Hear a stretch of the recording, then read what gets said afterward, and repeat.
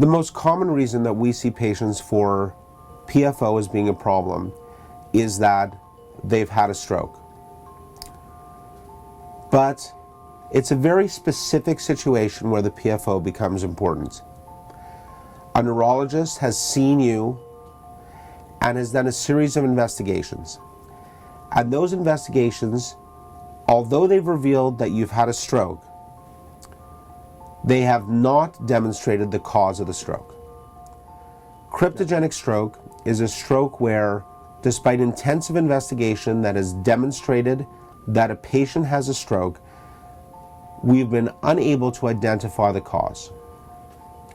Now, usually, patients will have had a CT scan, an MRI of the brain, some investigation of the arteries of the brain called an MRA or magnetic resonance angiogram or CT angiogram.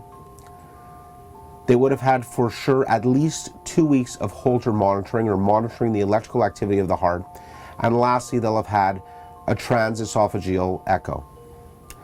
And if through all of those investigations, it's not been determined what the cause of the stroke is, we would label that stroke as cryptogenic, or a stroke without clear cause.